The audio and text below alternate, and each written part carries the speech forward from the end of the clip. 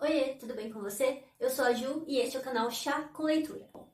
Bom, no meu último vídeo eu fiz uma lista de livros que não são tão bons, mas que eu gosto mesmo assim e até indico para as pessoas.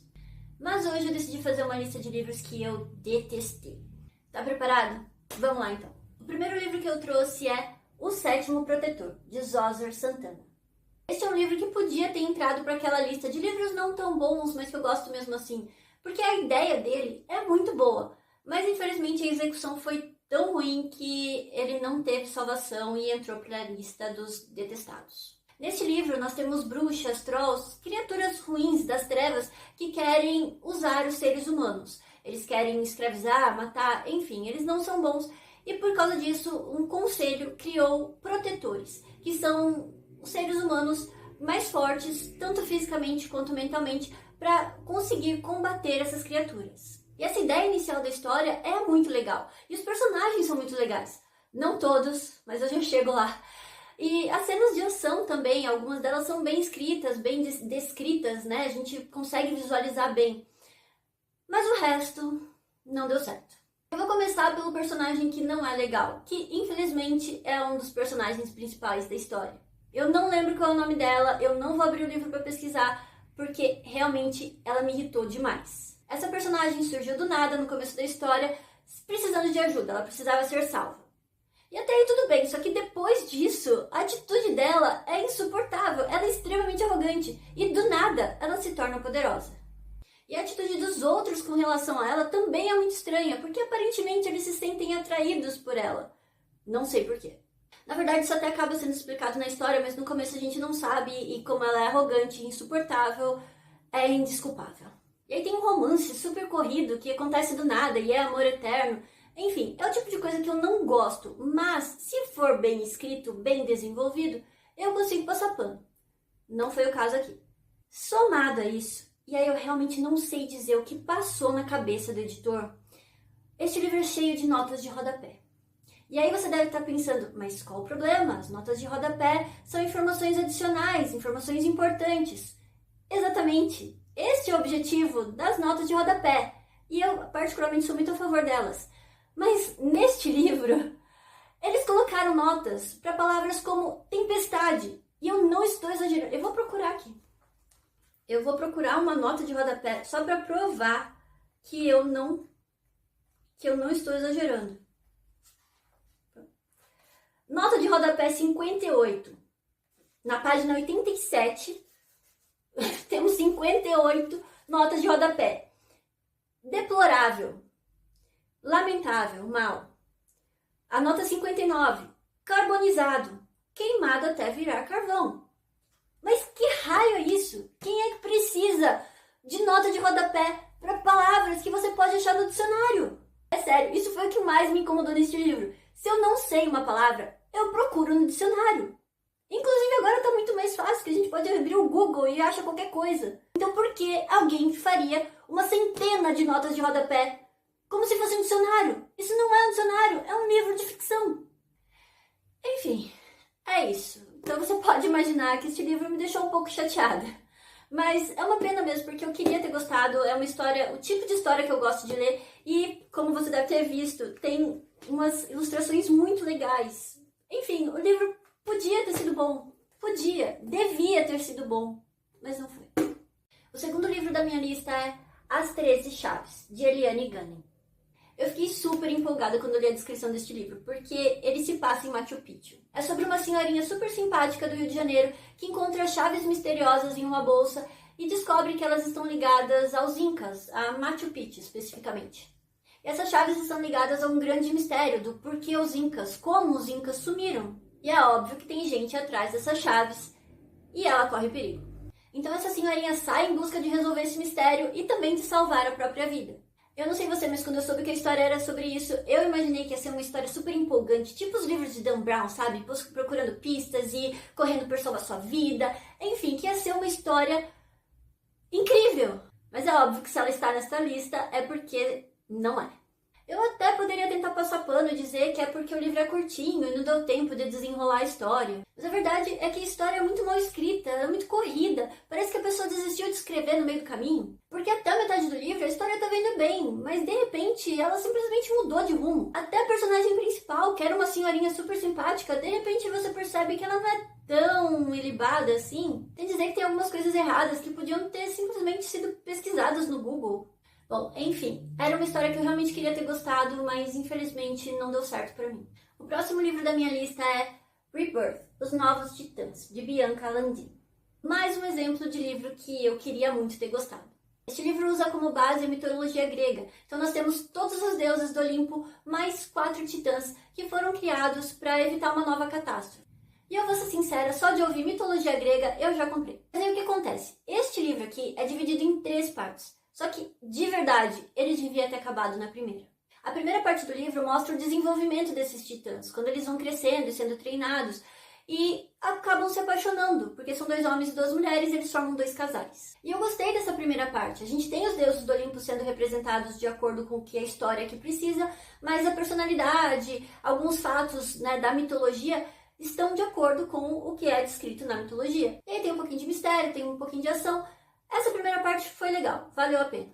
Mas aí vem a segunda parte. A segunda parte ficou parecendo que era uma fanfic, sabe? Alguém gostou muito da história, não queria que acabasse e escreveu uma continuação. Só que essa continuação amadora foi escrita pela própria autora.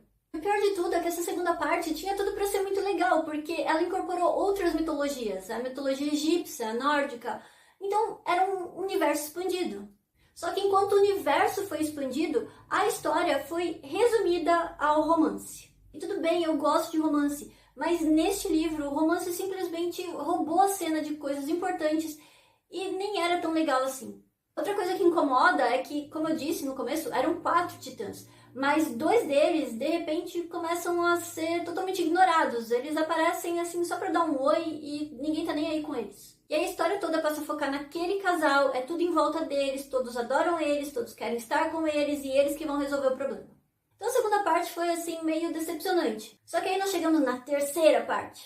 E essa terceira parte é exatamente a mesma história da segunda parte, só que ainda mais focada no romance, porque parece que é extremamente importante dizer que esse casal se ama e eles são diferentes e não importa quantos 1000 anos passem, eles ainda vão se amar. Então eu cheguei no final da terceira parte me perguntando por que é que eu não parei na primeira. Então, como eu disse, o começo da história é bem legal, mas daí pra frente o negócio... O próximo livro que eu trouxe é A Ilha de Cansnubra e o Portal Perdido, de Andrews Ulysses. Este livro aqui podia ter sido melhor, ou até muito bom, se tivesse tido um bom editor. A história começa aqui no nosso mundo, com um menino que é atormentado, ele sofre bullying, e aí de repente ele acha um portal para um outro lugar. Esse lugar tem criaturas estranhas, tem magia, e lá ele é o escolhido. Eu sei que tem gente que não aguenta mais essa história de o escolhido. Eu gosto, e vou ser sincera, não tenho problema nenhum com o clichê, desde que ele seja bem desenvolvido. E esse é um dos casos que não deu certo. E o problema não é nem a ideia inicial da história, porque ela é muito interessante. Esse garoto vai parar numa ilha cheia de magos, bruxas, uma menina tem um dragão de estimação. Enfim, é legal. Ou poderia ter sido legal, se tivesse sido bem desenvolvida. Para você ter uma ideia de como um bom editor teria feito toda a diferença neste livro, eu vou te dizer que tem uma parte da história em que os protagonistas têm que correr, porque eles estão sendo perseguidos, eles têm que salvar a própria vida, mas também eles têm que chegar a um artefato antes desses inimigos. É questão de sobrevivência mesmo, a vitória deles depende de eles chegarem nesse artefato antes do inimigo. Pois é, só que essa corrida pela vida acabou se tornando quase que um piquenique no parque. Tem uma cena em que o protagonista acorda meio-dia e toma café da manhã com um suquinho que a mãe da família que está acompanhando ele prepara. Então eles têm ali um café da manhã agradável antes de sair correndo para salvar a própria vida. E é isso que dá pena, porque se ele tivesse tido uma boa orientação, ele poderia ter corrigido esse e outros errinhos bobos, sabe? E é realmente uma pena, porque este deveria ser o primeiro de uma série de livros, mas da última vez que eu pesquisei, faz algum tempo já, não tinha saído uma continuação e eu acredito que não vai sair. Ou de repente, quem sabe, o autor consegue reescrever a história e republicar e as coisas se ajeitam. Mas mesmo que isso aconteça, esse aqui infelizmente não deu certo. E o último livro da minha lista é Os 5 Demônios, de Camila S. Aguirre. Apesar do título, o livro é sobre vampiros. E eu não vou esconder que eu gosto de vampiros. Gosto sim. Por isso, comprei este aqui. Nessa história, os 5 demônios são 5 vampiros que eram extremamente poderosos e cruéis. Eles foram caçados e selados porque eles eram tão poderosos que não podiam ter sido mortos. Acontece que na história tem gente tentando trazer esses caras de volta. E aí a história é uma corrida para impedir que isso aconteça. Vendo só por isso, eu achei a ideia super legal. Mas, na verdade, a história tem tanta coisa errada que eu acho que eu vou fazer uma listinha.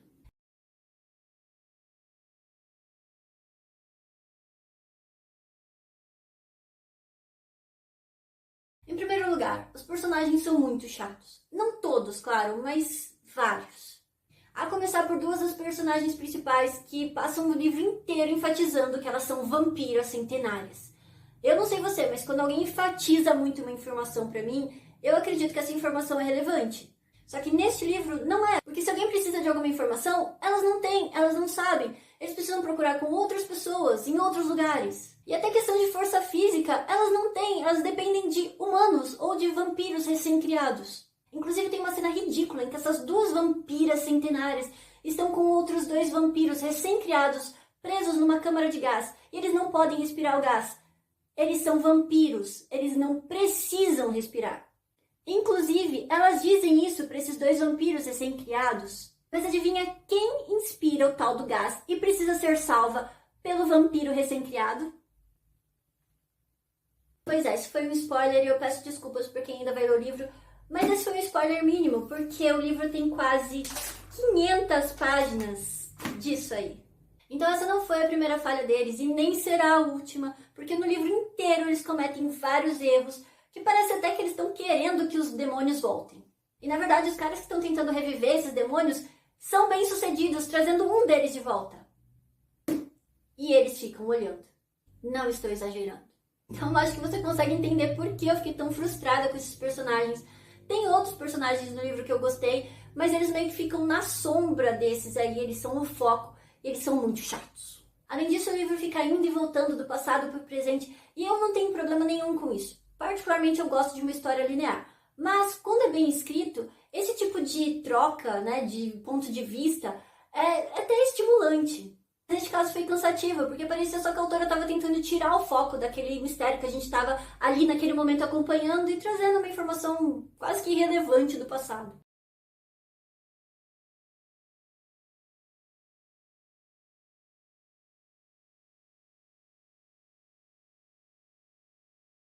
Outro problema na minha listinha são as situações muito artificiais, que você sai de situações tipo os Goonies, em que as pessoas entram em armadilhas e não sei o que, e passa para situações em que parece aqueles desenhos da Hanna-Barbera antigos, sabe? Tipo Scooby-Doo, em que tem alguém se mexendo e todo o resto das pessoas paradas, sem nem piscar. É bem assim, só que em situações de vida ou morte. Bom, a minha lista tem mais coisas. Tem o romance que, basicamente, eu nem sei se eu posso usar essa palavra, os envolvimentos ali são muito estranhos. E também a própria narrativa é muito esquisita. Mas o meu maior problema com essa história foi que, depois de 500 páginas, o livro não acaba. Eu não sei se eu conseguiria exprimir aqui nesse vídeo o meu desalento de chegar na última página e ver um continua. Foi desesperador. Sério. Depois de 500 páginas de nada, você chega a lugar nenhum. Então, provavelmente, este foi o pior livro desta lista. E é isso. Essa foi minha lista dos piores livros que eu já li. E me conta nos comentários se você já leu algum deles, o que você achou. E eu tô bastante curiosa. Qual foi o pior livro que você já leu? E se gostou do vídeo, por favor, me dá um joinha e se inscreve no canal. Beijo, até a próxima.